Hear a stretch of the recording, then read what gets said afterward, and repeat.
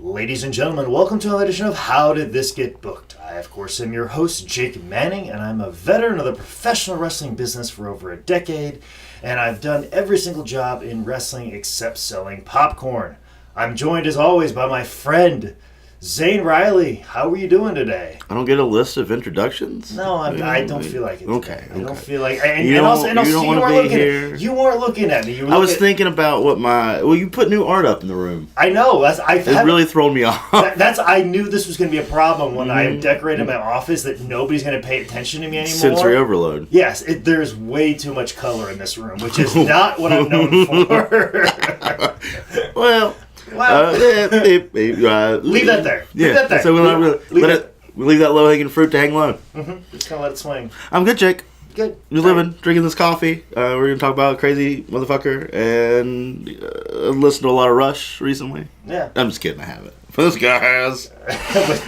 Nice little transition to our guest today. Now, normally we have a non-wrestling fan, but our topic today required a little bit of an expert or a little bit of a fan to kind of understand what's going on. A little more knowledge. A little more knowledge than a non-wrestling fan, because it would get brutal. So our wrestling fan joining us today is Ryan Howard. Ryan, how are you doing today? I'm doing all right. How are you guys? Very, very good.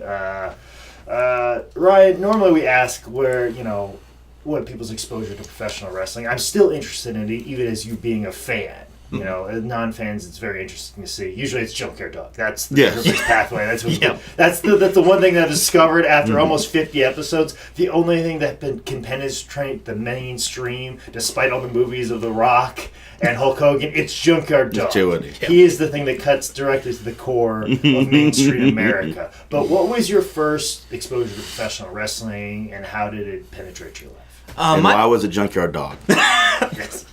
My path to professional wrestling is honestly a little bit strange. Growing up, I was not allowed to watch professional wrestling because, it's the fake stuff, and my mom thought it was stupid. My dad, not because it had all the titties on it? What, the simulated violence? Yeah. I mean, I was... Because they were saying, suck it? No, that's all fine. It's fake. It's the fact that they were fakely saying, suck it. That's what we had a problem with. I do remember at one point, my dad was always kind of like, he kept an ear to the ground with wrestling because he grew up around here in the Jim Crockett days. Mm-hmm. And so he was familiar with like the rock and roll and Ric Flair. And... Because he kept his ear to the ground while they were inside at Bennigan's getting smashed. Right? He's outside listening to the sidewalk. Ric Flair's like, who's that guy with his ear literally to the concrete over here? That's weird. Woo. Woo. Who's that bald man?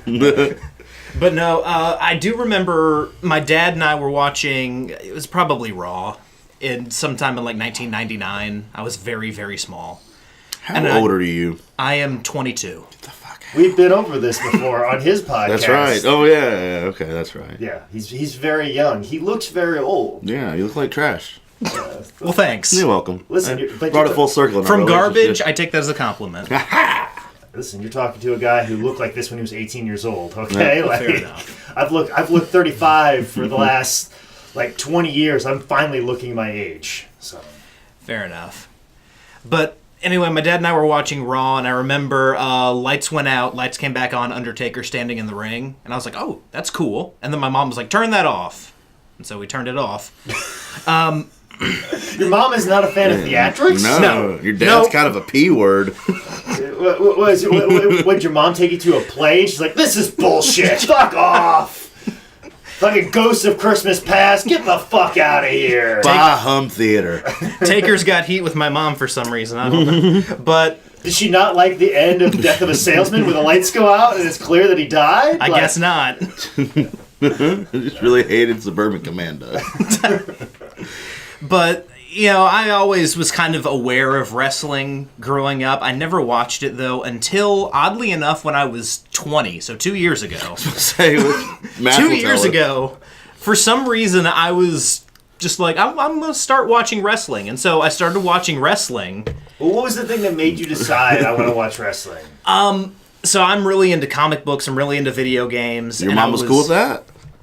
Not really, but... That's way faker. Yeah. Yes. So much so that neither are real 3D mediums. Yeah. Your parents were like, saw Dragon Ball Z, and they're like, this is the shit I'm talking about right here. These cartoons are beating the shit out of each other. This is the real goddamn shit.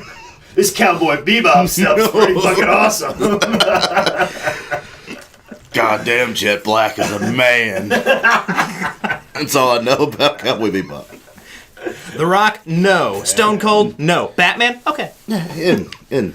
But I just started watching Raw, and at the time, AJ Styles had just debuted with the WWE. Jesus Christ. And I really got into watching AJ Styles. I just thought he was cool. And so from there, I became a big fan of WWE.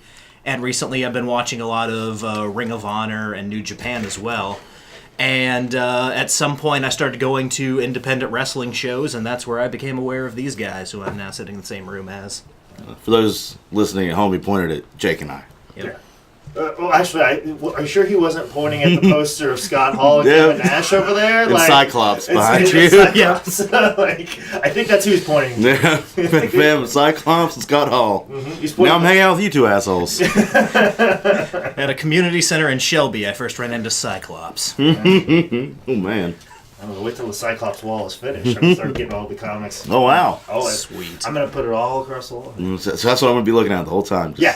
Cyclops and Jake. That's the why Cyclops of the podcast. You're the leader. Exactly. And nobody gives me any respect. Nope, not at all. Exactly.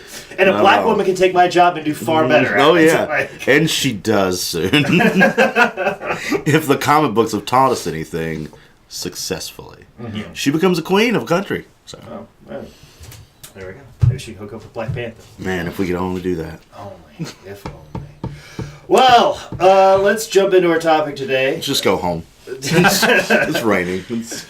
Yeah, it is very rainy, very depressing today. It's depressing out. It's going to be depressing in because of the content. Yes. Yeah. The content for today, the topic we're discussing is Billy Jack Haynes, The Conspiracy Theory. It is an RF video shoot interview release. It was released in May it was recorded actually, May 28th, 2009. This is actually their follow-up interview to the Billy Jack Haynes shoot interview, which was actually a very fun release, but a lot of the same information that is discussed in this release was discussed in that release, except that release was almost 4 hours long. And fucking insaner. No, this has some moments that are at an 11 of insanity.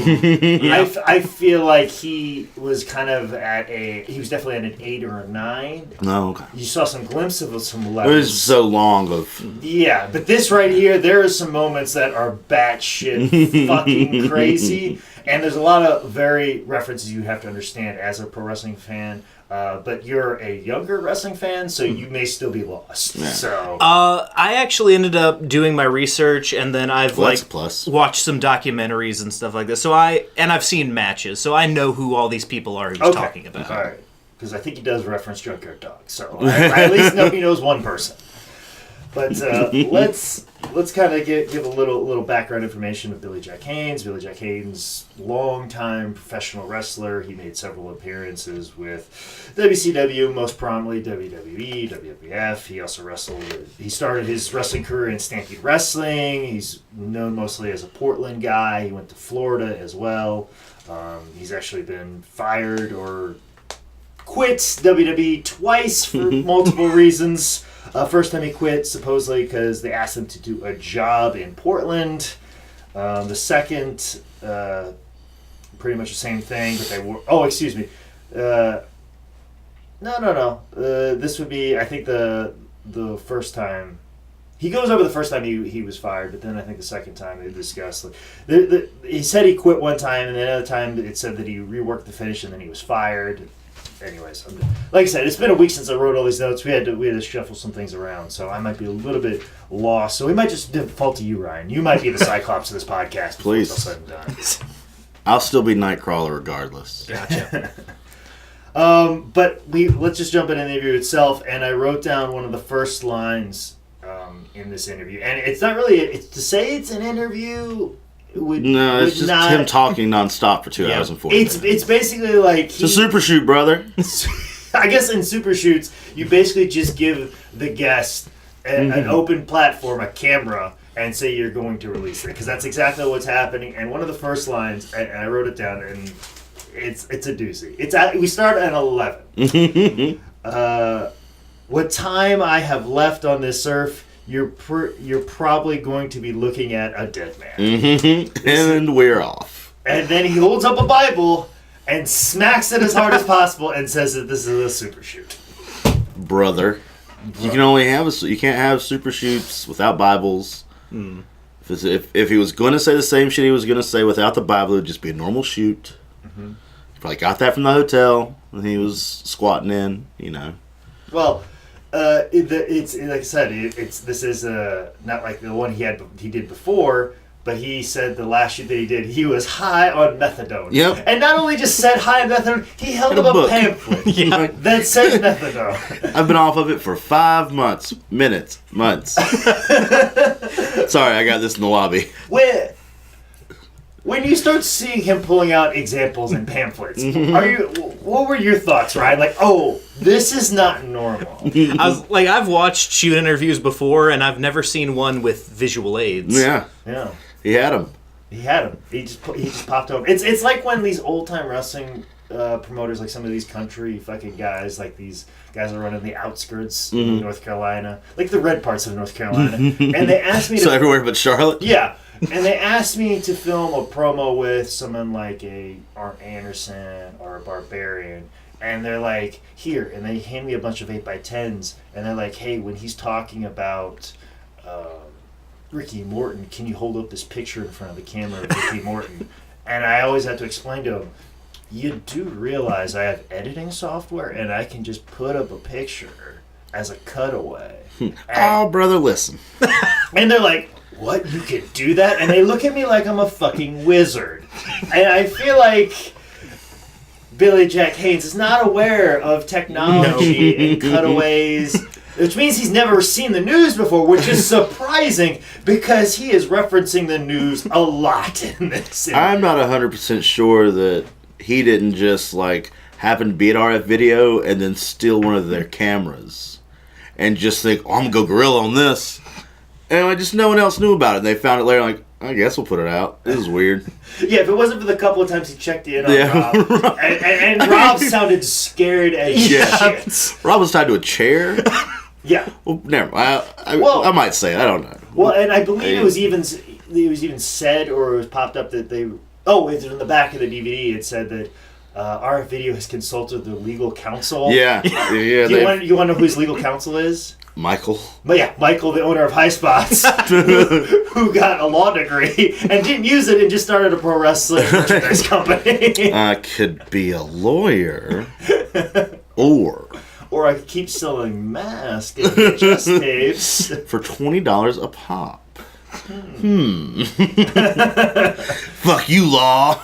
But that he used that was his legal counsel. Like, Michael, he said all these things. What should I do about it? And Michael was like, do what the fuck you want to do. It's your fucking company. Who cares? Put a disclaimer out and just say this is very clear that this is his thoughts. Because in the first interview, I think they had to cut out some stuff about him working for the mob.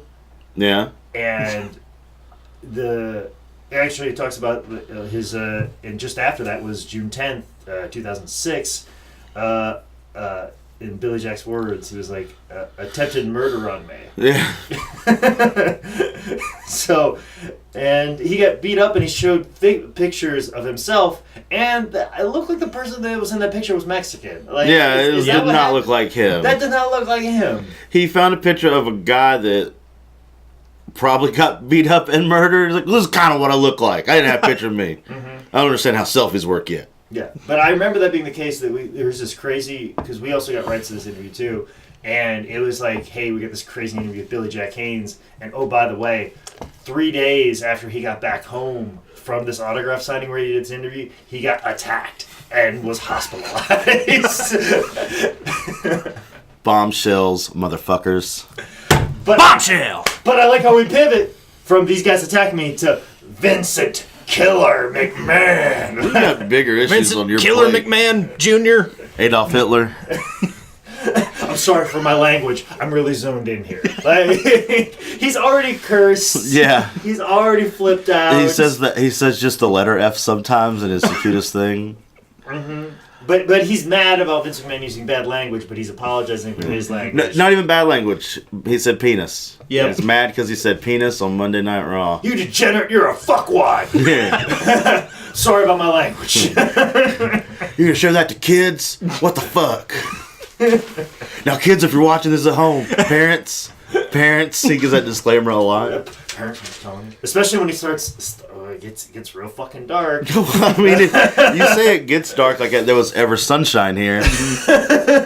Well, he talks about how he was beat up and the local paper didn't have anything to say about it. Not the Oregon, or what is it? The Oregonian? Yes, Oregonian, I think. And talks about being homeless, lived in a van. Yep, it was a sweet van, though. Yeah, very much so. It's just a tiny home. Quit being weird. You're just a trendsetter. Yeah. But he's mad that they don't report him getting attacked. I was a big deal in Oregon. Like, listen, I can get I was a celebrity, he said. Listen, I can save kids from a burning building, and I can't get press. I promise. Yeah, come on, Charlotte, come on. Yeah, exactly. And then it just all hit. I know it feels like we're hitting you with a bunch of topics, but this is how the beginning of the interview goes. Yeah. We're 10 minutes in. Yes. Then he pivots to Sam Adams, like the first gay mayor. Yeah, and then he's a very trusting person and very open to everything. But quick to tell you, look, I'm not gay. Yeah. I married a lady from Cuba. Just to prove I wasn't gay. Yeah, and then he's like, I think he compared having a gay mayor to 9/11. Like, it was how do you put it? If 9/11 happened in Portland, they'd be running all over downtown, not knowing what to do. Yeah, was what he was talking about. Yeah, I actually watched this a couple hours ago. Okay, yeah, I woke up at 7 this morning so I could watch this. Yeah, I was just like, what the fuck? Yeah, I don't know where he was pivoting to. Yeah, I don't know what you got here, bub. But this was all just a setup to transition to how he was raped as a child. That's where it gets dark real fast. And I feel that we need to disclaim that we're going to be talking about this stuff and jesting, but it's real fucked up. Yeah. It's not...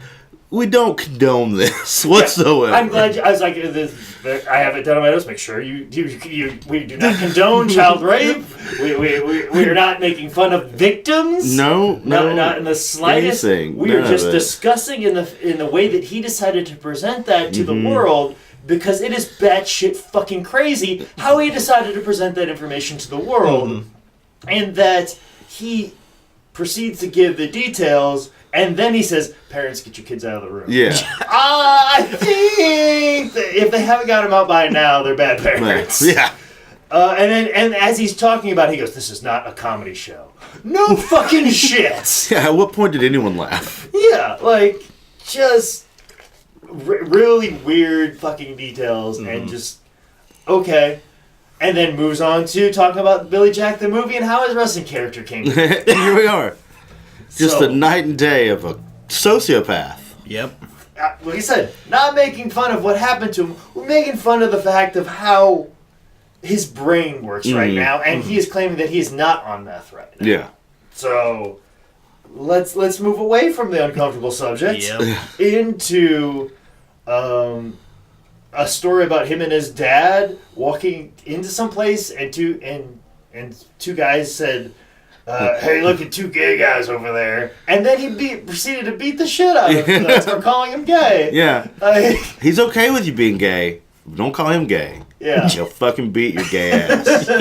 2009, ladies and gentlemen. Yeah. I beat those queers up because they thought I was gay. But they can be gay if they want. Yeah. But I'm not gay. Yeah, I want to make that clear. But also want to make clear that I do the Chinese splits. Which I had to make sure that was an actual thing. Well, is it? Yeah, it's the Rob the Rob Van Dam. Oh, the side splits. The side split. Okay, That's the Chinese splits. So. They're actually just called splits. He's super racist against Asians.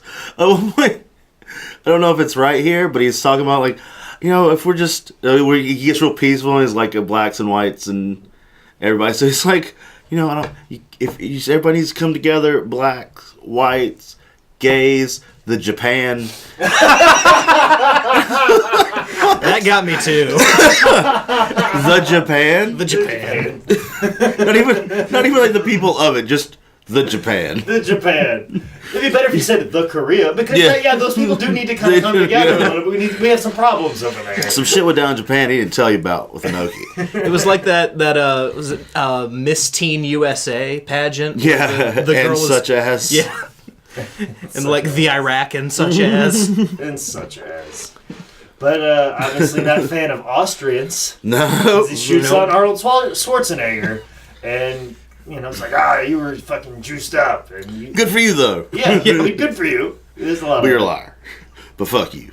And then he talks about his early part of his wrestling career and really shoots on Bruce Hart. Yeah. Oh, yeah.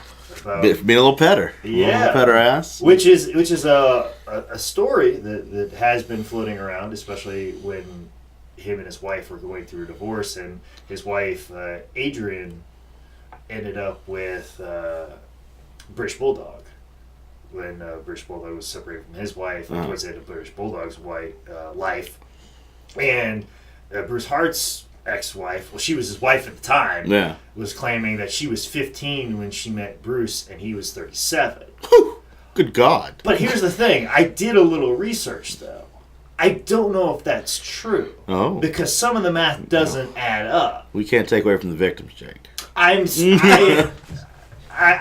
know this. Okay. I know this, but hear me out. Okay. Okay? Bruce was, let's see, they're married,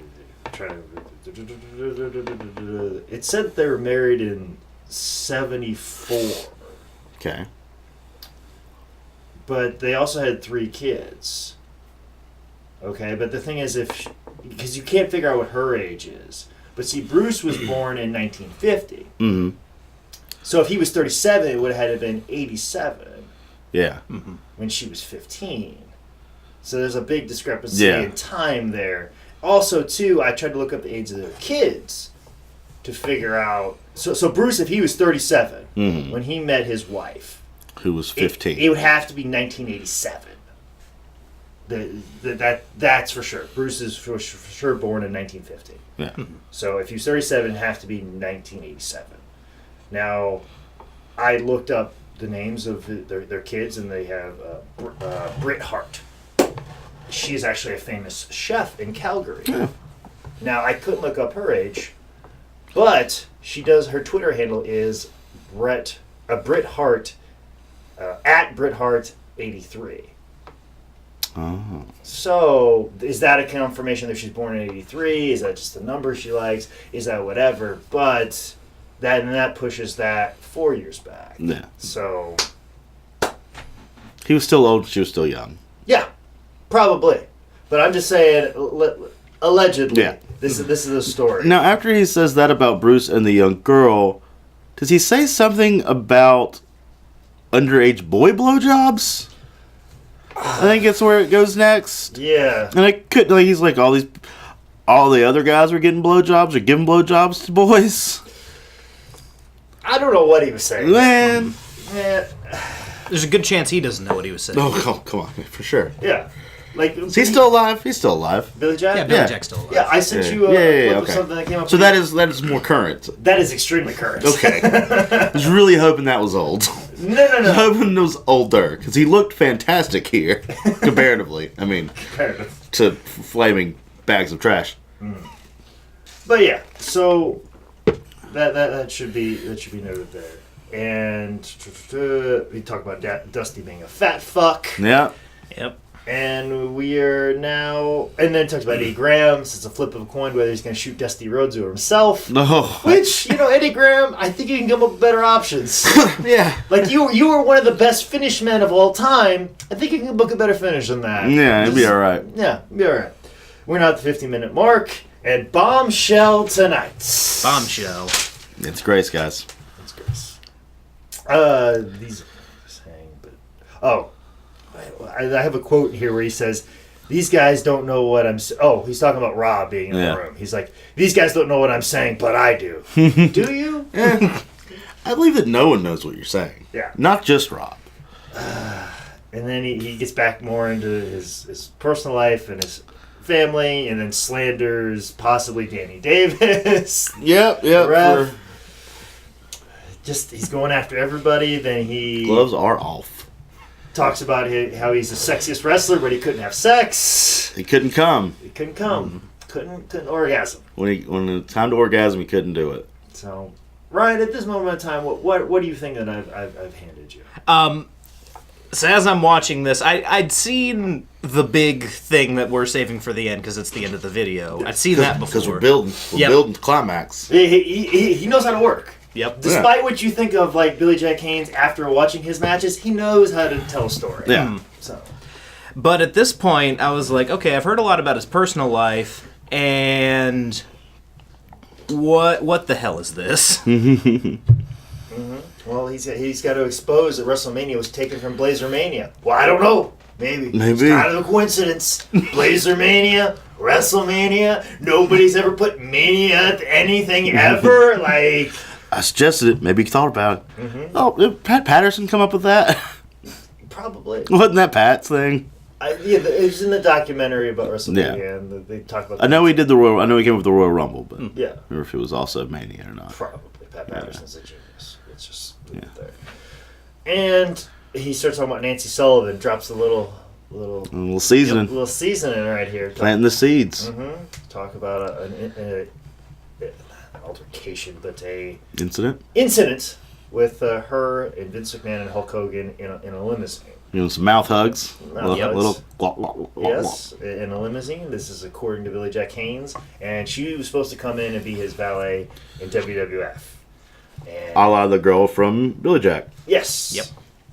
And of course, she was on the cover with Billy Jack Haynes in one of the wrestling magazines, and there's a legendary picture of him picking her up and her at his feet. So just bring her in. He's going to be his valet, and he was brought in to wrestle in WWF in 1984. Actually, excuse me, at the end of 83 into 84.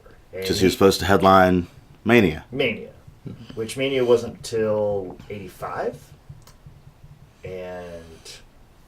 So that's a whole nother year before they even come up with Mania. Yep. So that's a little odd. But he did show a program photo that happened around Christmas time where he was supposed to be wrestling for WWF. Now, interestingly, I had to do a little bit of research because I was already looking up dates on things anyways.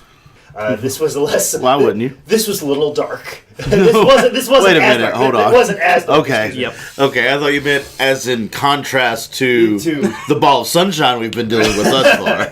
Yes, as opposed to coming up with dates to possibly find out the validity of sexual abuse. I looked up the dates. What was Billy Jack Haynes doing towards the end of 1983 coming into 1984? And CageMatch.com, which is a very extensive database for professional wrestling matches, has a very extensive listing of Billy Jack Haynes matches up until September of 83, and then there's a blank spot up until January of 84. So, theoretically, he could have been doing house shows for WWF at that time and wrestling for him, and then that would make sense to be about Christmas time, because about October is when they would be putting together the artwork for the Christmas edition, so it all makes sense that he would be on the cover for that program, and makes sense that he was there. So you could back that up. And then of course he starts touring the circuit again, brings a lot of other names and stuff like that. He talks about Jerry Lawler being a pedophile. Dark Nero girl. Yeah, which Doug Gilbert will tell I was you about about. to say, which Doug Gilbert will tell you about way better than fucking Billy Jack Haynes. Yep. Which I have always, as we're in the middle of the Time's Up and Me Too movement. You had sex with Dark Nero girl. I am shocked that there's not mainstream exposure for all of the fucking insane, gross behavior that has existed in professional wrestling. Like, I mean, I'm the only shocked. person that I saw get any kind of backlash thus far has been, like, Mike Elgin. Yeah. and his little what happened there. And then You can Enzo look that up. Amore. Oh yeah, Enzo like raped that girl. And this is, Allegedly. This is all within the last couple of days, but like, Like so, to say this is like, is wrestling like, is this the only place we got it right as far as shutting the fuck up about something and being tight-lipped about an inside issue? Yeah, because a lot of those people have been dealt with over the years, but there's a lot of fucking guys that are still in high-level positions, like, that have done some really fucking heinous shit. And if you did some fucking digging, in the way that we did digging into the Roy Moores, into the Harvey Weinsteins, and did some serious fucking journalists, you're gonna find some serious fucking skeletons. Oh god. Like, You're still gonna find decomposing bodies. yeah, legit skeletons. Real ones. Yeah, so I am shocked that nobody has come for that. Like, and you're not going to need to do that much digging. That's what's funny about this whole XFL thing, and Vince talking how he doesn't want like criminals and felons, and I'm like, Vince, you couldn't even hire your own roster of wrestlers to play football for you. Yeah, you couldn't even put together a roster of 20, 30 people without felonies and DUIs. Like, and guys that were doing crimes that you laughed about that were there for it, some of them. So that was the thing when Undisputed with Skip and Shannon we're talking about that, and Shannon Sharp's like, he goes, Vince, you say that claim, but don't be surprised if somebody does some serious digging into the people that work for you. I go, motherfucker, you don't have to do any serious digging. Nope. You could just look. Here's some DVDs. Yeah, like, we sold these. You could do a Google search in 5 minutes and realize the hypocrisy of that statement immediately. Immediately.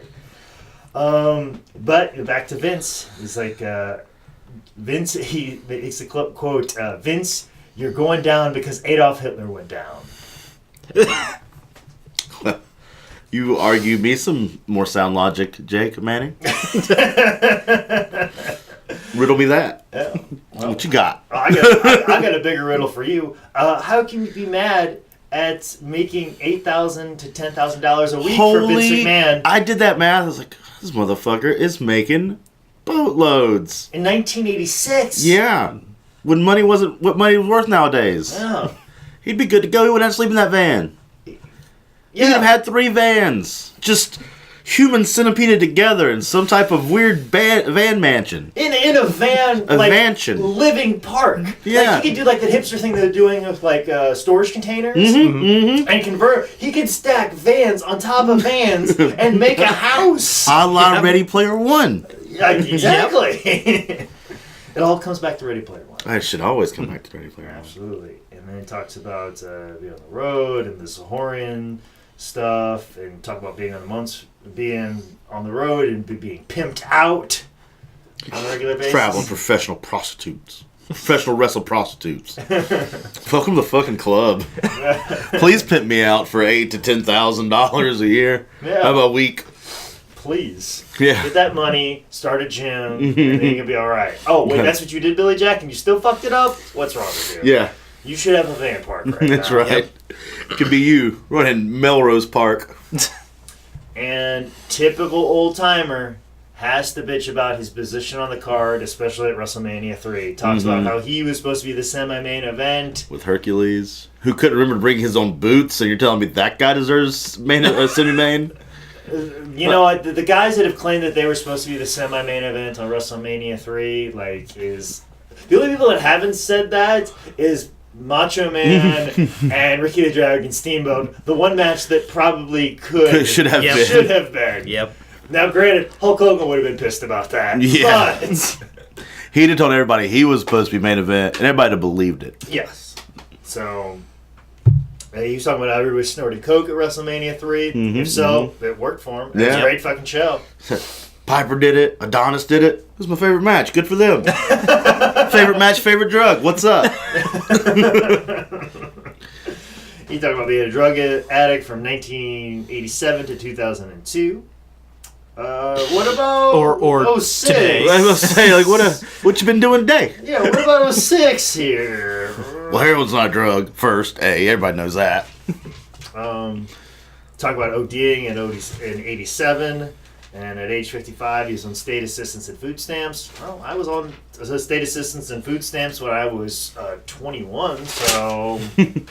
What's more depressing? What's more depressing? Yeah. So. When I'm an able body. Yeah.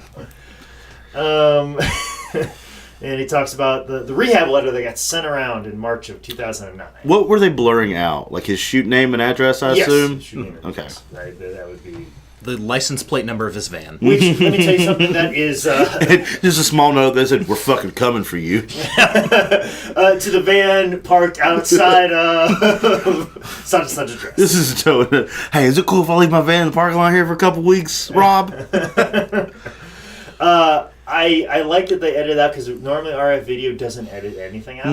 They edit nothing out. Like there's actually times in RF Video shoot interviews where like I'm already Jay like, hey, can you cut that story out? And he goes, yeah, we'll cut it out. And that's on the video. Nope.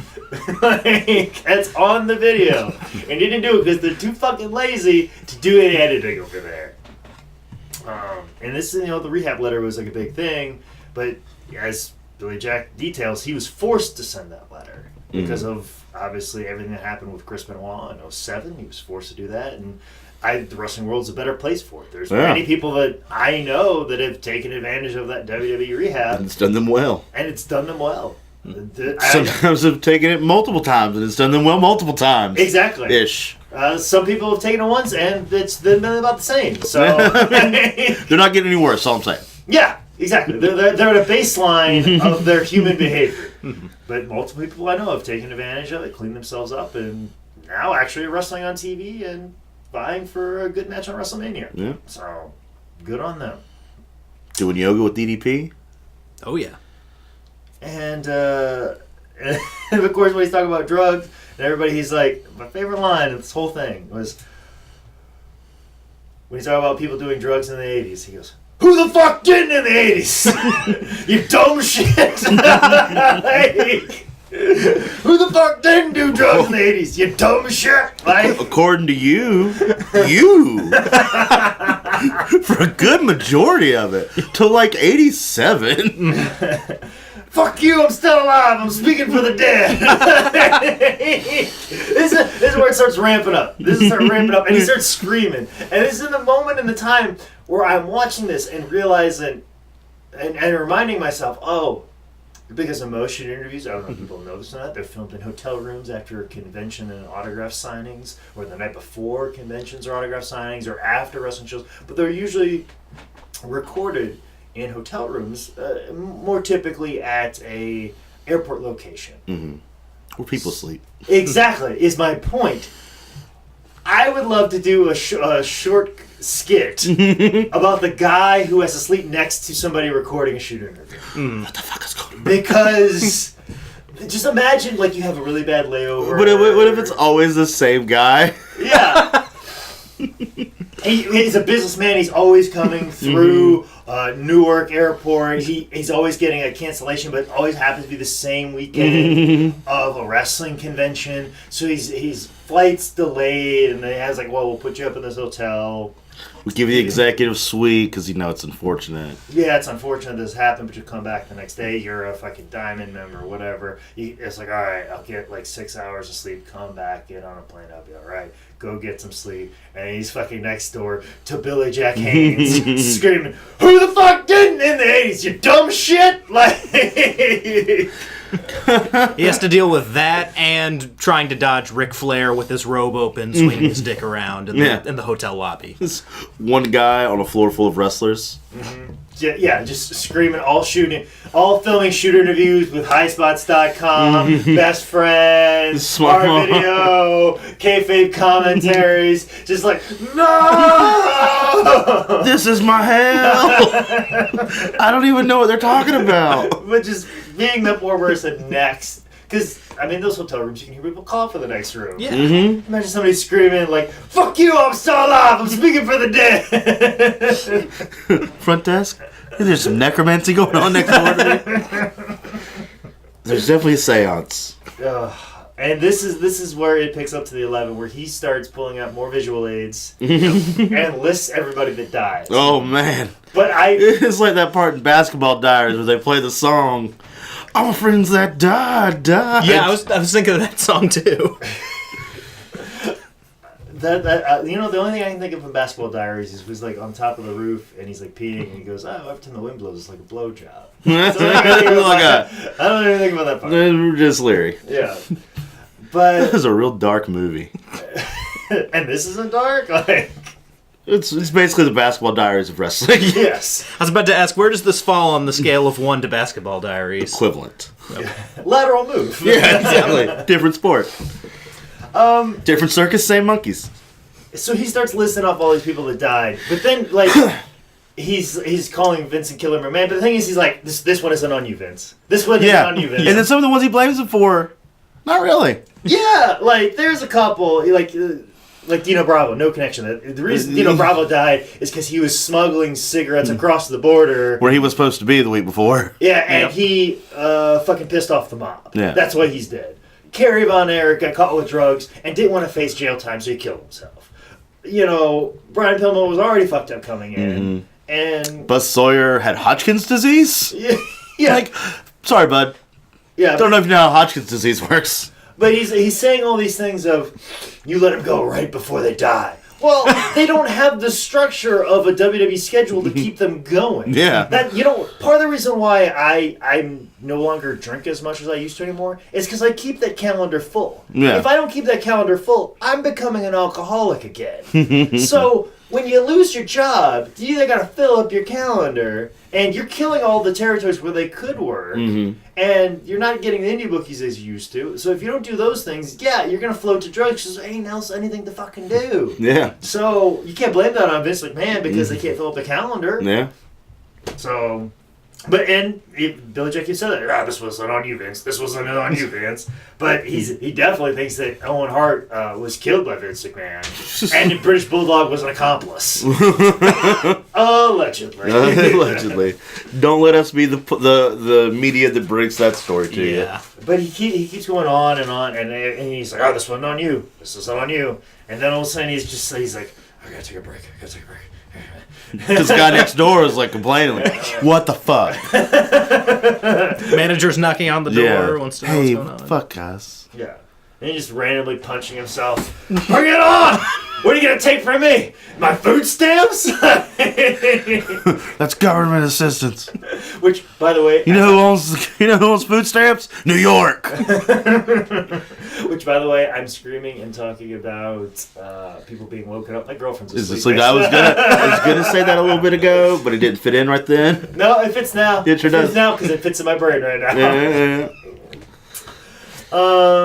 He was talking about Vince implementing a drug testing that's stronger than the Olympics, which, if you've watched the documentary Icarus, you come to find out that Olympic drug testing is not as strong as what we think. So actually, Vince might have a stronger drug testing than the Olympics. Yeah, he does. So,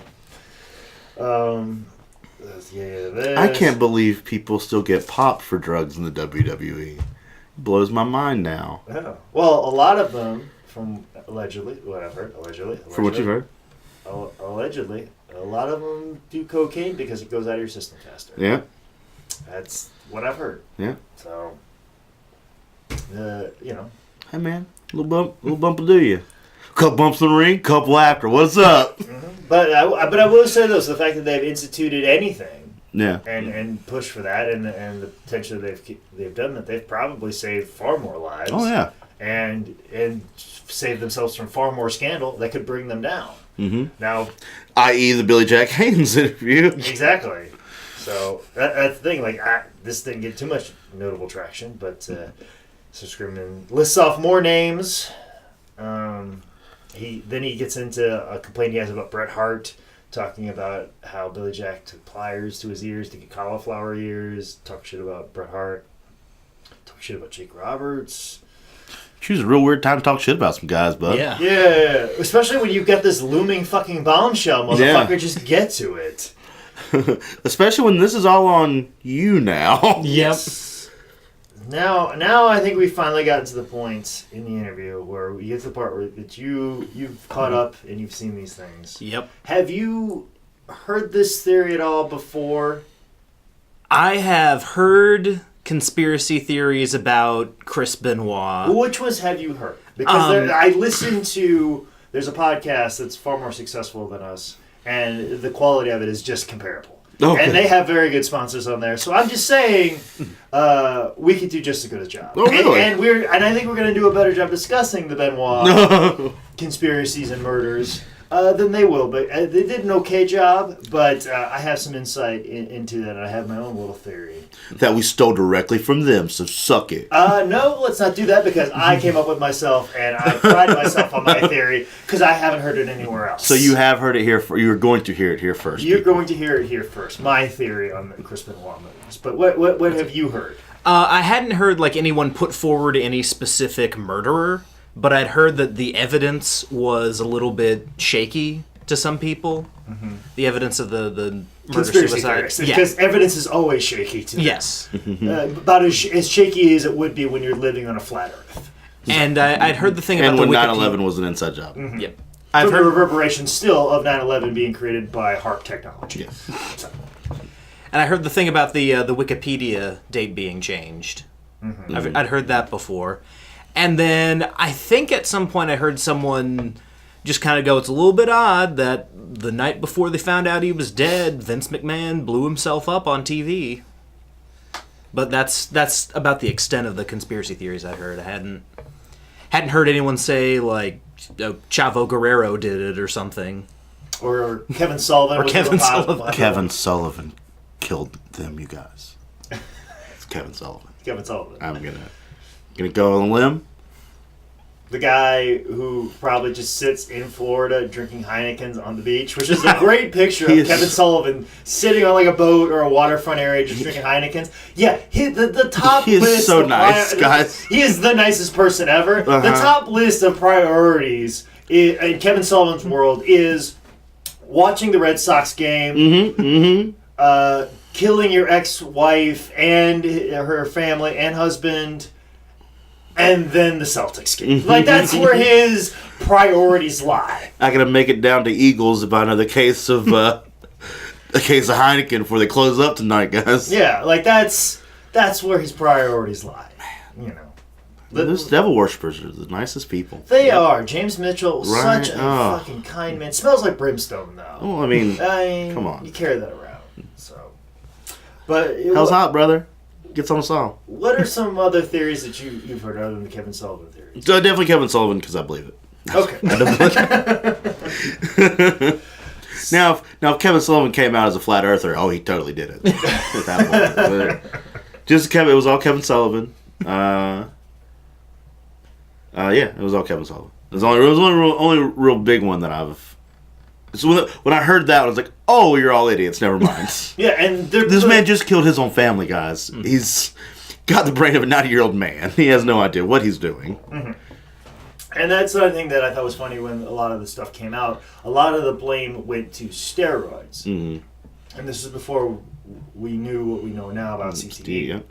And I think if you take a lot of violent murders and domestic disputes, and especially involving athletes that take head trauma, I think if you look at the O.J. Simpson murders underneath the lens of CTE, you're seeing a far more clearer picture. Mm-hmm. And I think if you're making that case today, if that happening today, and you can use CTE as an example, I think you have a far more compelling case, and you actually probably are getting a guilty verdict. Mm-hmm. Also, too, you're further away from the riots and all the shitty stuff that the LAPD did.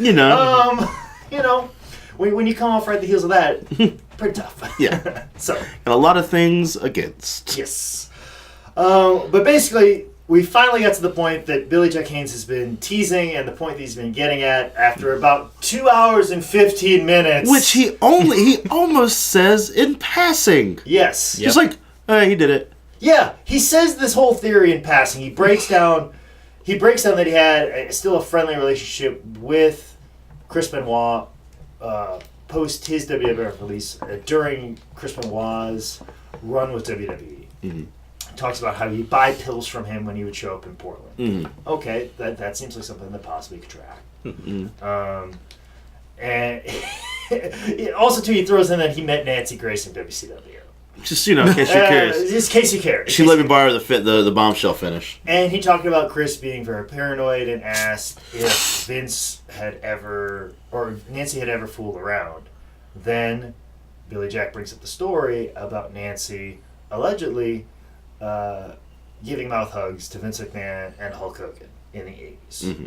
And said, no disrespect, but I feel like you should know this. Just let you know. And then he talks about the murder. But then was he totally gave her a blowjob, but I don't think they ever had sex. Yeah, I don't think they ever had sex. But then right after that he goes, oh, they fucked. By the way, I respect you enough to let you know some of this. Yes. But everyone at home keeping score, they were banging. Which, by the way, Nancy probably single at the time. That if she did get in the limo. So what? Yeah. If everything that happened in that limo was consensual years ago, big fucking deal. Mm-hmm. Big. So the fuck what? Whatever.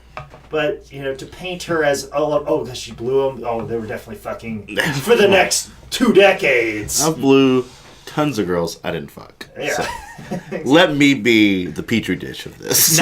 Now I'm just picturing Chris Benoit in Clerks in the Dante role, going, "How many dicks did you suck?" Including mine. My girlfriend sucked 37 dicks in a row. Try not to suck any dicks in the parking lot. And then, of course, this is Billy Jack's big theory. This is going to get dark. This is just a disclaimer. This is not a comedy show. Nope. Not anymore. Nope. But this is. And if you go on a sneezing fit, you'll miss it because he barely talks about it. Barely talks about it. But he talks about how Chris would never have killed Daniel unless he wasn't his son, which is an interesting theory. Okay. Now I'm not condoning. I'm not trying to fucking deflate the severity of this crime. This is an awful incident. I'm only merely discussing for this incident right here how this could possibly happen, so this could never happen again, or possible reasons why. Because as wrestling fans, we've asked why, and that why has caused us to lead down all types of conspiracy theories. And we're wondering how this could happen, how this can happen, how this can happen. This is a horrible thing and should have never have happened. But the mere mention of that Daniel could possibly not have been Chris's son, if we are to be like William Peterson in Manhunter, to understand the actions of fucking the Tooth Fairy Killer and Mr. Dollarhyde, you have to get inside the head of that. Okay, it's not his son. And then is there any credence to that? Now, I've been using a lot of math to confirm some theories. And I have done that in this instance as well. Daniel was born. Are you gonna break out you should break out a big white erase board and beautiful mind. Oh, here we go. Yep, there it is. There it is. Oh, here we go. Man, and you brought it out, Scott guys. Steiner check your work. Let me use my laser pointer right now. Okay. To point on this board right here. That's a very nice new whiteboard we have here. How did you get booked? Whiteboard. The conspiracy theory whiteboard. Yes. So, Daniel was born February 25th. What? Really? That's my birthday. February 25th, Yeah. 2000. Oh, man. Sorry. I wasn't born in 2000. Okay. 9 months prior to that was Owen Hart's funeral. Okay. Who attended Owen Hart's funeral? Fucking everyone? Vince McMahon? If you were to believe that theory, those dates connect, which is something that Billy Jack never connected. But I don't think maybe possibly. Now, like I said, I'm trying to give credence to this little nugget. If this little nugget is possible, if we were to believe this, I don't think it's a conspiracy. I think Chris Benoit did everything that we think he did in that room. I'm merely asking a question of why or how. I'm trying to be William Peterson. Mm-hmm. I'm trying to be in Manhunter. Okay, I'm trying to put myself in the head of a psychopath, and it's dirty and it's wrong and it's almost turned me into a killer as well. Note and to Billy self, Jack is your Hannibal. Watch Manhunter. It's a great film. It is pretty good. Yeah. So, obviously, very trying time. Maybe Chris wanted to go off and talk with some of his friends, spend some time at a bar. Maybe Nancy was there. She doesn't want to be around people, or maybe she's at home. I'm not exactly sure if she attended the funeral herself. I think she did. I think there's a big picture where she's there. But he could have been off with his friends. She could have been distraught about something, or met up with somebody that she'd known in the past or previous, or had given a blowjob to on limo, or whatever, had some sort of interaction with somebody that she could possibly have, because they were at very rocky times, roughly about that time, give or take a few years. They'd gone through some rocky periods. So I'm just saying that something could have happened about that time, produced a son, and then possibly that weekend, through a lot of trying times that they were going through, she spilled the beans that Daniel's not your son. And a man with as much CTE and brain damage and making irrational decisions, because that's what that does, irrational, dumb decisions, he did one of the most awful crimes that's ever been perpetrated by anybody in the sport of professional wrestling. And I think that there should be a little bit of weight to that. That is my theory on how this happened. And I think we all know, on why it happened. I think we all know how it happened. Yeah. Is my point. So that is my theory on the Chris Benoit murders. Boom. It's a good one. Yeah. Which I feel like Billy Jack was the one crazy person that had the one little nugget that could just turn the kaleidoscope just right to see the image that could possibly be the answer to all of this and how this happened. If he believed in computers and how they worked, he could have put that together too. He could have put that together too. Now, the fact that I'm on the same wavelength as this psychopath, do I feel good about that? No, I do not. It's like the end of Manhunter, when you go to the person and tell the people that were supposed to be killed and let them know, and just like, and then the longing look, like he's turning into the killer at the end. I'm just, that's how. Damn, I'm gonna watch Manhunter today. You should. I highly recommend it. It's a good fucking flick. Jake, do you like Manhunter better than Red Dragon? Yes, 1,000 times. Gotcha. I've seen Red Dragon. Are they all part of the? It's the same story. It's the same story, same movie. Is it prequel, sequel? No, it's the same movie. It's a remake. Oh. It's based off the author that wrote Silence of the Lambs. Yeah, it was like Silence of the Lambs and Hannibal and then Red Dragon. Yes. Now Manhunter came out after Red Dragon? Manhunter came out well before. Okay. In the 80s. Okay. Manhunter came out even before Silence of the Lambs did. Oh. And they actually have Ronnie Cox playing... Billy Jack Haynes. Kinda. Kind of. You know what? Ronnie Cox would be a fantastic Billy Jack Haynes. You're welcome, guys. I could be the William Peterson part. So... Okay, all right. Cool. You could be the Chris Elliott part in Manhunter. I do like Chris Elliott. There you go. I was thinking of you right away. You could be the mustache guy, Danny Davis. Yeah, Danny Davis. You could be Danny Davis. I am referee Danny Davis. I was thinking more like TNT Dynamite, Kentucky. OVW Danny Davis. Yeah. That's what at first he said. I was like, really? Yeah. Him? Yeah. I think it's Nitro Danny Davis. Yeah. But yeah, same body type. Good for you, bud. Yeah, Manhunter was the same author that was licensed through. Okay. And Ronnie Cox is Hannibal Lecter. I bought a nice bottle of wine. I might drink it today and watch it. It wasn't Chianti. That would have been real cool if I could pop that full circle. I did not set that up just to say that. That's okay. I actually bought it's called 19 Crimes. It was a really nice label. It goes along quite well with 19 Crimes. And also, too, it was directed by Michael Mann, who was the guy behind Miami Vice. Ooh. So every frame is like a picture. Like it's a stunningly beautiful movie. So don't be dicking around. Don't be dicking around on your phone because you're gonna miss the best. Don't parts. be trying to do any watching of the next episode that we have. Yes. Don't try to do two things at once. Yeah, definitely don't do that. Like, pay attention to the screen because you're gonna see some stunning, cinematography. Sweet. So, but yeah, we just got to that bombshell. Have you have any theories?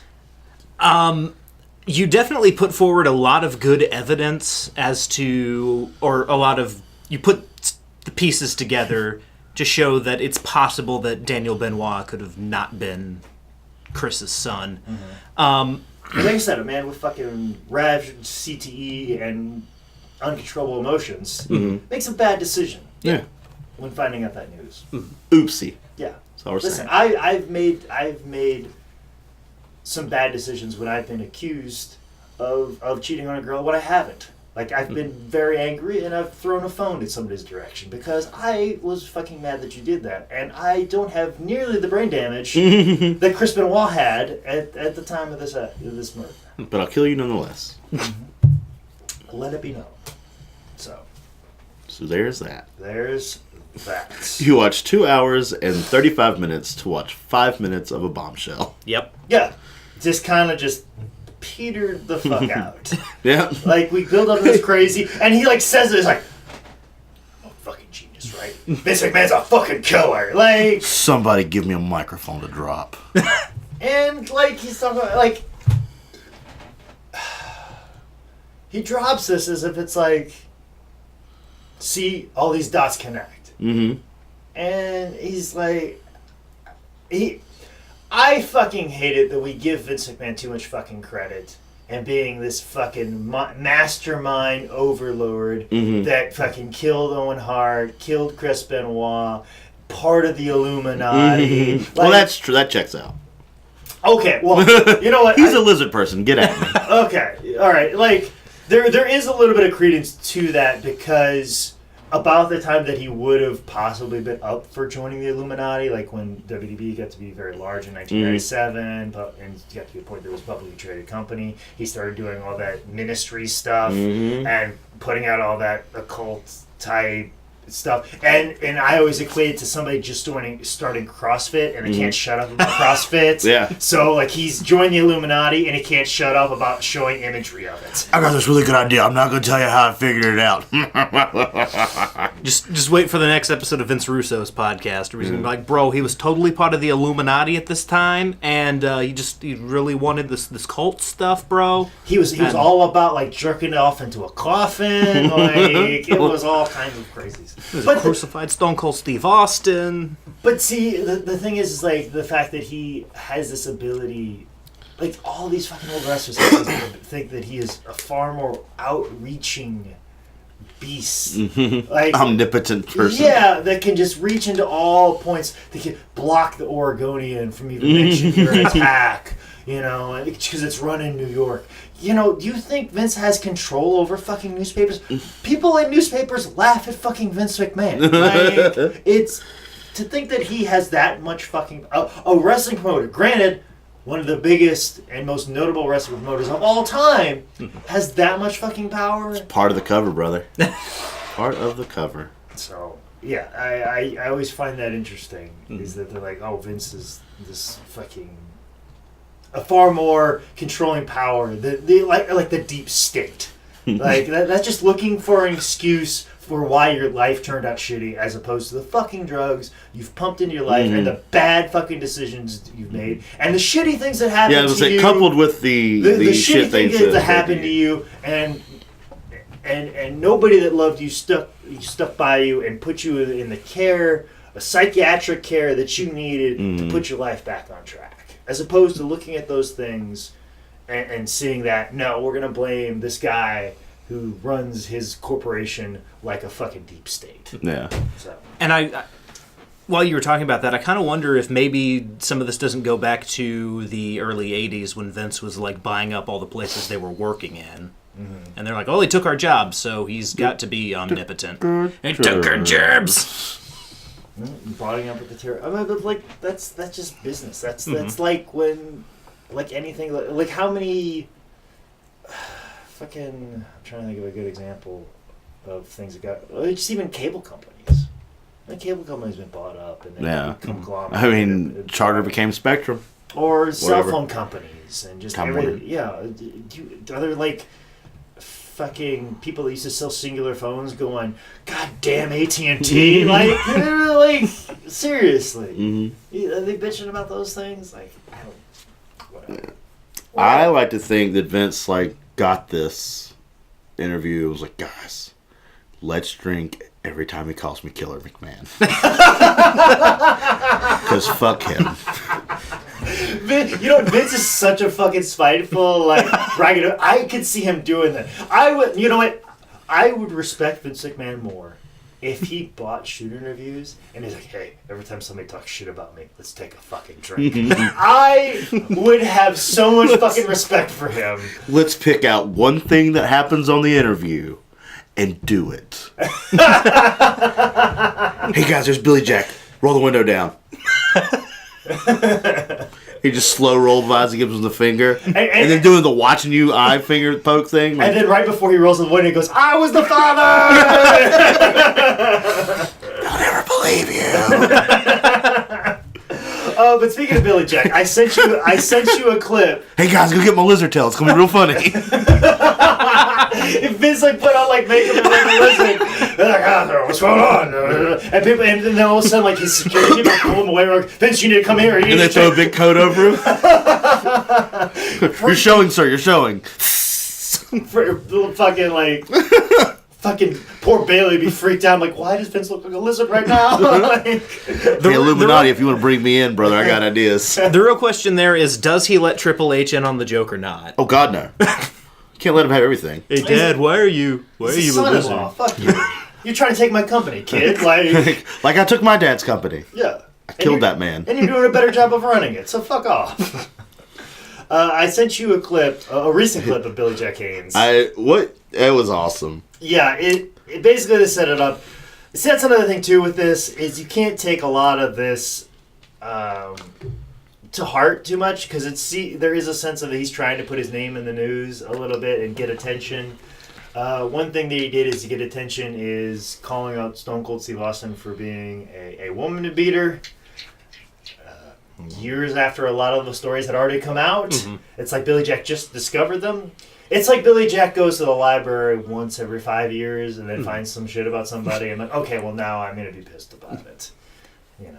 And was Billy Jack also married to Lady Blossom? Yes. Yep. Basically, so she could. Pretty sure he said that. This happened in 2015? Yes, this is a very recent clip of Billy Jack. He looks like he's wearing a fucking wig. Yes. Are you going to play it? Yes, I got it. Play it. It's like only like a minute. I'm going to challenge to you right now. I want to get in shape because I got one last fight. And it's you versus me. You beat women real good. You're a woman beater. You punk-ass woman beater. You're a woman beater. I don't like woman beaters, asshole. Dana White let it happen and made the best man win. Steve Austin, stone cold piece of shit. Like a woman beater. You're not getting away with it. You're not beating a woman up on my watch. I'll knock your ass out, Steve Austin. You punk-ass woman beater. Dana White, I know, Vince, you're too chicken shit to take the fight. You're a mark, a fellow work to you. Stone Cold Steve Austin. Pussy! You can beat up a woman, but you can't beat up Billy Jack Haynes. You and everybody here might think I'm insane. Yep. Guy, what's his name? Checks out. Steve Austin? Isn't he a woman beater? It's all work. What a weird aside. The hell is that? He's also in a He went on me, cemetery. And now I'm challenging you to a UFC fight, 1 minute round to a finish. You're not getting away with it. You get it? You're not getting away with it. You're not beating a woman up on my watch. What goes around, comes around, Vince. It's happening right now. And the same with you too. Stone Cold Steve Austin. Billy Jack Haynes versus Stone Cold Steve Austin in a UFC fight. No, I'm talking to shoot. What's the answer, Stone Cold? What's the answer? I'm taking you on. You gotta have enough balls to say yes. Wait a minute, Stone Cold, baby. You're a girl. Who knows? I never see you in the shower. And I've seen a lot of dudes in the shower. Said so. A couple things. Oh, shit. One last thing. Hey, one last thing he thinks like you're a piece of shit or something. Hey, it's everything he said 20 times thus far. It's you get the gist of it. You get the gist of it. Yeah. But he looks like. So you can look this up by just YouTubing Billy Jack. I'll put it on the Facebook page. Versus Stone Cold Official Challenge. He looks like he's wearing a wig. Like, so he starts it off with his with the publication of which is on brand with Billy Jack. Yeah, of course. He brought his own. If this was comedy, he would be a Carrot Top. Yes, he'd be a prop comic. But it has a picture of her. Lenny Bruce towards the end. Yeah, bringing up official documents and holding up in front of the crowd. Probably more like Lenny Bruce. Fucking poet. Yeah. Has a picture of her. Was it Jackie? Not Jackie. Lady Blossom. And looks like he's wearing the same wig styled after the hair that she does in that picture. Super blonde. Super blonde. Yes. I was about to call it his Joe Dirt cosplay. Yeah, he looks very much... Puts an E on the end, pronounces it Dirte. No big deal. The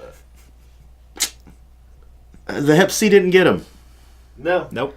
Which I don't think we talked about at the end. Was he... Oh, by the way, the disease is killing me. It's Hep C. Yeah. Which you probably gave... That's going to be on you, Vince. Finally, I got one on you. Yeah. But, like... A lot of people have Hep C, right? Yeah, like a lot. Like Pam Anderson.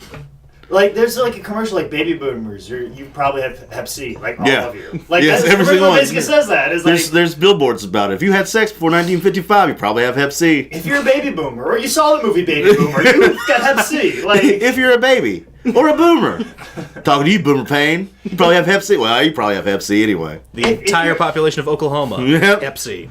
If you're the product of, like, your dad coming home from war and banging your mom, you've got Hep C. Hep C.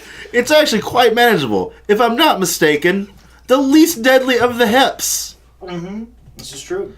I don't even know if you need to be tested for C. I think you just need to be tested for A and B. Yeah. Right? Like, yeah. So, yeah. Because we already know you got Hep C. Yeah, everybody's got Hep C. Everybody, come on. It's like HPV. Everybody's got that. Right? Tension men with noses. You have Hep C. Yeah.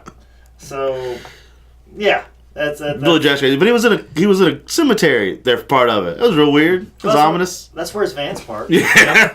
They're the only place they kicked me out this week. Fuck them, they didn't even realize it.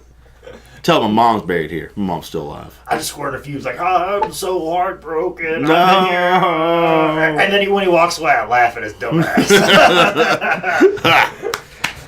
Billy Jack still got it. Always working the marks. However, in response to this challenge, Stone Cold said, "What?" Hey guys, you can beat women, but can you beat Billy Jack's ass? Yeah. He can probably beat a woman up and you at the same time. Once again, not condoning. No, please never beat up men. Never beat up women. Yes, but you asked, I answered. He can beat you both up. That's not, may or may not be Stone Cold's official response. No. I did not quote. Don't quote me, boy. I ain't said shit. I didn't ask Stone Cold. I didn't hit him up. I don't know that I might look up later to see if this tweet has been sent to him. Like, hey, so what do you think about this? Yeah. And he's like, oh yeah, I could whip both their asses. Steve, just say you whip his ass. Like, no, I'm be honest. No, Steve, I don't think you need to Here comes Steve Weisers. No, Steve, leave this alone.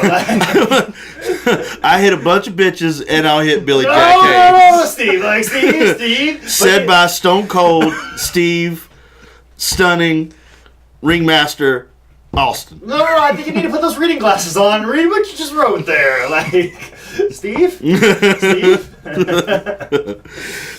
Oh, hell damn yeah. it, Billy Jack. That's a bad Stone Cold impression. Any thoughts before we wrap this conversation? How long do you think before he's dead? Billy Jack? Yeah. We gonna get it this century? We gonna get it before 2020? 6 months ago? I don't know. Brother's daddy ain't laid down yet. That's all. Listen, that's the thing. I'm putting my money on 6 months ago. Yeah, he's already dead. Yeah, I think that's the closest. So, Ryan, what are your thoughts? What do you think he's gonna die? I mean, if Vince McMahon's snipers haven't gotten him yet. Holy shit! What? Knock on wood. Yeah. What if Steve Austin dies before Billy Jack Haynes? Uh-oh. I knocked.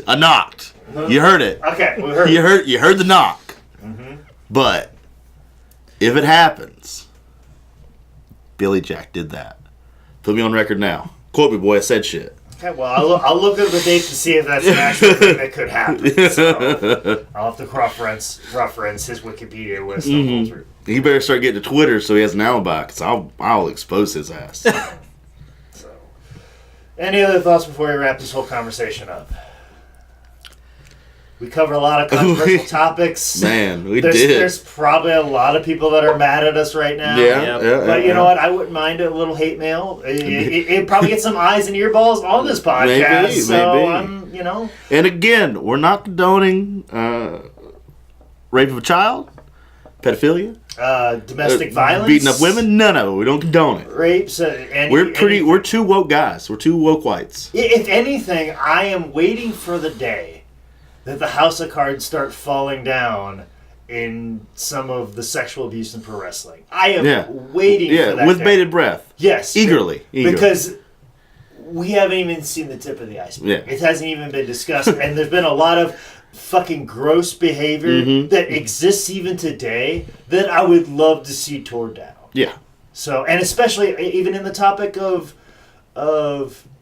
pedophilia. That is still even going on right now. You know? We've a couple accusations the last couple of years. I'd love to fucking see some motherfuckers getting taken down for some of the shitty things that they've done. And it's going to take the research, investigation, and it's all right there. So if you need a witness, come talk to me. If you take this out, I've been curious. I wanted to say it the whole time. You can take this out if you want to afterwards. Okay. You think, Billy Jack talks about how awesome Rob is and so great. You think he knows he was on To Catch a Predator? I don't think so. I feel like that's part of the reason why Rob was so nervous. Why he was tied to that chair? Especially when he was talking about pedophilia, gays, all those things. I don't think Billy Jack has done the research on that. Yeah. Because I feel like he only goes to the library once every 5 years. Because that's because they ban him every couple months. And and then he has to figure out a way how he's going to move to the next county. That's where he got the wig from. I got this idea where I wear a wig. Guys, Billy Jack's back, but he's got a different wig on. I gotta wait till they get new staff over the library before I can go back. Yeah, didn't think about that. That adds another layer to this whole He's dressed like Jimmy King and Ready to Rumble. In the trailer waiting for him to bring the medicine. Wearing like a nightgown and a wig. Let's shoot this back home. Ryan, do you have a live microphone in front of you. You have a podcast. Let people know about it. We've been on it. It was probably the best episode you've ever had, let's be honest. I don't know. That 13th episode about Rush was a killer. Not as good as the 52nd episode about Rush. Okay. But please let everybody know the things that you do and let people know how they can find out about you. All right, so I am the co-host of a podcast called Digital Man Audio, and on that podcast, me and my co-host Brent Cello talk about rock music. We started out just talking about the band Rush. We have since moved on because we ran out of Rush albums. And we are now just talking about any kind of rock music that we feel like needs more attention. I.e. Macho Man. Yep. Mm-hmm. And when I had Zane and Jake on the show, we talked about Be a Man by Macho Man Randy Savage, which was a very special episode, shall we say. Underrated. Vastly. Still sits on my iPod. Mm-hmm. And yes, I still have an iPod. Yep. So you're basically the key demographic. Yep. It's all on Jake's Zune, guys. Mm-hmm. Anything else? Other than that, I try to do comedy shows twice a month. I'm a college student, so Where do you go to college? UNC Charlotte. Oh. So finding time between that and work to do comedy is a little bit daunting, but I managed to do it once or twice a month. Got any shows coming up? I am going to be on one of the open mics at the Charlotte Comedy Zone. I can't remember the date off the top of my head, and I am going to try very hard to make it to Jake's All Organic Open Mic this month, which I think will have already happened by the time this episode goes out. Yeah, I think it'll be the day of. Cool. So if you listen to Actually, excuse me, because it is coming up this Thursday. This episode will come up the next Thursday. So. Gotcha. Yeah, so it will be already passed. Well, don't worry. Jake talked a lot about it last time. Yeah, I talked about all of it. Sam, what do you got coming up? Not a lot, man. I got AML, February 25th, on my birthday. Mine and Daniel Benoit's birthday. Mm-hmm. And Ric Flair's, in case you guys are trying to think about the awesome lineage that is us Pisces. Let's see. That's about it. Man, I didn't really do a whole lot in February. I don't really give a shit about anything in March. PWF in Hubert, North Carolina. I'm wrestling at a barbershop on the 10th in March. Called Old Crow Barbershop, and it's Old Crow Pro. Neat name. I'm doing the roast of Bob Keller March 18th, which I'll bring up again. And then Queens of Combat on March 24th, a double shot in Gibsonville, North Carolina, and then AML again March 31st. Okay. Right now, as this drops, I'll be super busy right now. I'll be at Pro Wrestling Revolver the next day at Rockstar Pros building. So I got a whole bunch of stuff going on this weekend, as you guys are probably listening to this right now. Just check my Twitter feed. All the stuff's been there for quite some time. I'll also be performing at the North Carolina Comedy Festival February 21st and Saturday, February 24th. And then I will be wrestling for Northeast Wrestling March 2nd, and then Big Time Wrestling March 3rd. And I'll be performing at the Carolina Cup in Wilmington, North Carolina, March 7th. And I think that's about all I can share for right now. I got some other cooler stuff coming up. So just pay attention as always. And hey, if you've been offended by anything we've said today, fuck you. If we think we've lightened some darker issues, or we've jokingly, uncolorfully jest at people's pain, go ahead and tweet me at Manscout Manning, or send me a scalding email at jake@sslshow.com. Make sure you log on to the website, howdidthisgetbooked.com. You can get a t-shirt for the salacious podcast, How Did This Get Booked? And also my personal merch is there as well. As far as reviews, Okie Lane's still on top. Which, if you hated something we said, go give us a 5-star review, but leave a very scathing message. No. Bad reviews are just the same. Oh, well then, yeah, you leave whatever fucking stars. Yeah. I don't even know how stars work. No, it's just about the amount of reviews. Oh, okay, well then go leave a review talking shit about us. Yeah. That'd be good. Yeah. And then if no one else says anything for a while, like they haven't dethroned Okie Lane, we'll read your hate mail to us every time we record an episode until someone else new leaves us hate mail. Which is of high likelihood. Because Okie Lane, we still read his review, which the subject line is, always like a top hat, and his full review says, great second party WrestleCast. So if you hate our guts, if you feel like we have been insensitive to some very serious topics, by all means, leave a review. Let us know about it. Let us know about it. But if you like what we're doing, if you feel like I dropped the fucking bombshell tonight, yeah, make sure you hit the subscribe button on iTunes, Google Play, Stitcher, SoundCloud, YouTube, and wherever else podcasts are available. If you're Kevin Sullivan and want to go get a beer sometime, if you're listening, hit us up. I like Heineken. I don't, but I will. This has been another edition of How Did This Get Booked? Woo!